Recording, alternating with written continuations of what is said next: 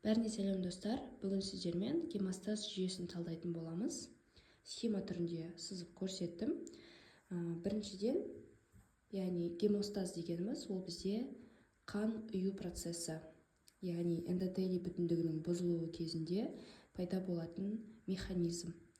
Нормада бізде эндотелийден NO, яғни азот оксиді бөлінеді.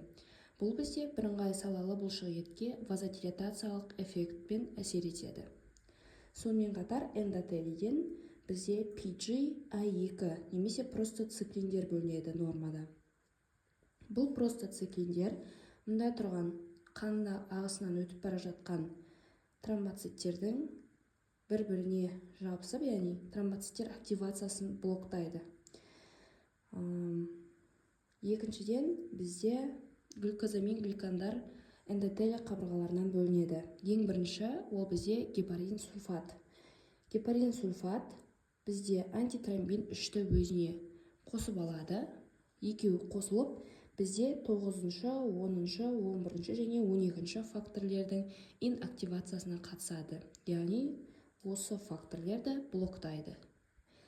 Келесі бізде тромбомодулин деген зат бар. Ол бізде осы эндотелийден бөлінеді. Тромбомодулин тромбинмен қосылады және өзіне протеин С-ті және протеин С-ны қосып алады. Протеин С-ны активті протеин С-ға айналдырады. Активті протеин С өз кезегінде 5-ші және 8-ші факторлерді инактивтейді. Яғни тромбомодулин, тромбин, протеин С және протеин С комплексі арқылы 5-ші, 8-ші факторлердің инактивациясы, яғни блоктануы жүреді. Бұл бізде нормада жүреді. Енді, мысалға, эндотелий қабырғасы бүтіндігі бұзылды деп санасақ, эндотелийдің астында бізде коллаген талшықтары болады және бірыңғай салалы бұлшық еттер. Осы жерде бүтіндігі бұзылған жерде эндотелийдің коллаген жағындағы бөлігі бізде фактор фон Виллибранды түзеді және осы жерге шығарады. Бүтіндігі бұзылған жерге шығарады осы факторды. Яғни коллаген жақтан келіп жатыр. Ол бізде GP1B рецепторы арқылы өзіне тромбоциттерді бекітеді. Яғни фактор фон Виллибранды мен тромбоцит екеуі осы рецептор арқылы байланысады да 3 түрлі зат бөліп шығарады. Аденозин дифосфат, тромбоксан А2 және серотонин. Аденозин дифосфат пен тромбоксан А2 екеуі бізде басқа қан ағысында келе жатқан тромбоциттерді мына жаққа қарай шақырады, жинайды. Және бізде серотонин деген зат бөлінеді. Ал бүтіндігі бұзылған жерден эндотелийден эндотелин деген зат бөлінеді. Серотонин мен эндотелин екеуі бірігіп, бірыңғай салалы бұлшық еттің вазоконстрикциясына жауап береді. Яғни жиырылып, кішкене болсын мына жердегі дефектті жабуға тырысады. Мына жақтағы қандағы тромбоциттер бір-бірімен бірігуі керек. Яғни мына жаққа жиналып жатыр. Бірақ бір-бірімен байланысуы үшін бізде GP2B3A деп аталатын рецептор керек. Осы рецептор арқылы тромбоциттер бізде фибриногенмен байланысады.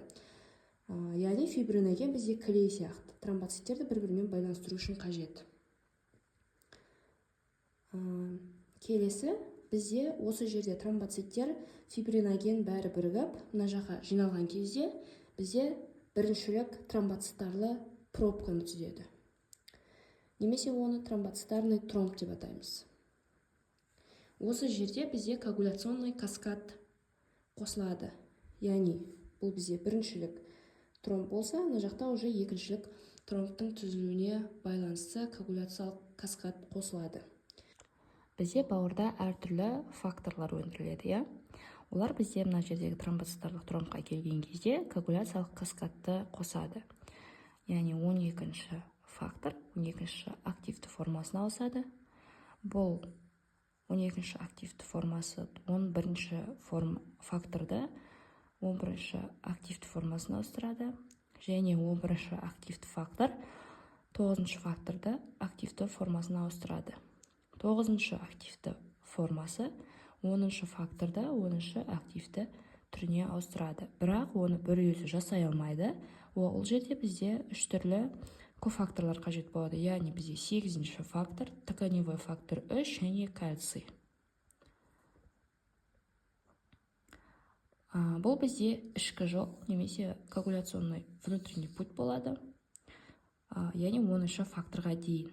10-шы фактор активтенген түрі бізде протромбинді тромбинге айналдырады. Яғни протромбин бізде 2-ші фактор болса, 2-ші активтенген түрі тромбин болады. Бірақ бұл жерде де бізде кальций, тканевой фактор және 5-ші факторлар түріндегі кофакторлар қажет болады. Енді активтенген тромбин фибриногенді, яғни 1-ші факторды 1-ші активті формасына ауыстыру керек. Фибриноген фибрин S-ке айналады. Фибрин S деп жатырғанымыз, бұл бізде фибрин soluble, яғни ерейтін деген мағынаны білдіреді. Екінші жағынан тромбин бір жағынан фибриногенді фибрин S-ке айналдырса, екінші жағынан 13-ші факторды активтендіреді. Ал 13-ші активті формасы бізде фибрин S-ті фибрин I-ға ауыстыруға көмектеседі. Яғни фибрин S-ті фибрин I-ға алмастырады. Фибрин S дегеніміз фибрин soluble, яғни ерейтін түрі, фибрин insoluble, яғни еремейтін фибринге айналдырады. Дәл осы фибрин үшін бізде мұндағы коагуляциялық каскад қосылады. Бұл фибрин insoluble, мына жерде бізде сетка түрінде екіншілік тромбты түзуге қатысады. Сонымен қатар бізде мұнда тұрған эндотелий тканевой фактор, немесе 3-ші факторды өндіреді. Тканевой фактор бізде 7-ші факторды 7-ші активті формасына ауыстырады. Ал 7-ші активті формасы бізде бірден барып, мына жерде, яғни 10-ші факторды 10-ші активті формасына ауыстыруға қатысады. Соған байланысты бізде ішкі жол, сыртқы жол және ортақ жол деп бөлінеді. Внутренний путь, внешний и общий путь. Сыртқы деп отырғанымыз себебі сырттан келіп тұр, бірден 10-шы факторға, яғни ортақ жолға әсер етіп тұр. Мына жерде бізде осындай тромб түзілгеннен кейін, енді әрі қарай бұл жерде регенерация болу керек. Бұл кезде мұнда тұрған тромбоциттер тромбоцитарный фактор роста бөледі. Ол бізде дәнекер мен бірыңғай салалы бұлшықеттің регенерациясына қатысады.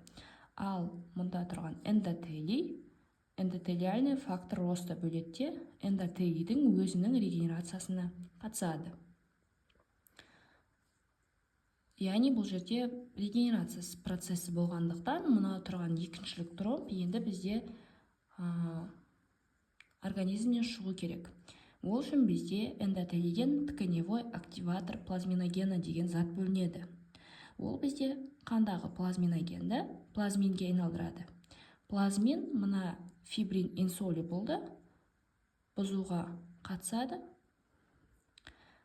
Фибринді бұзғаннан кейін қанда бізде D-димер жоғарылайды. Яғни фибриннің бұзылуының нәтижесінде пайда болған продукт ол бізде D-димер болып табылады. Коагулограммада D-димер жоғарылаған болса, онда қандайда бір организмде тромбтардың бұзылу процесі жүріп жатыр деген мағынаны білдіреді.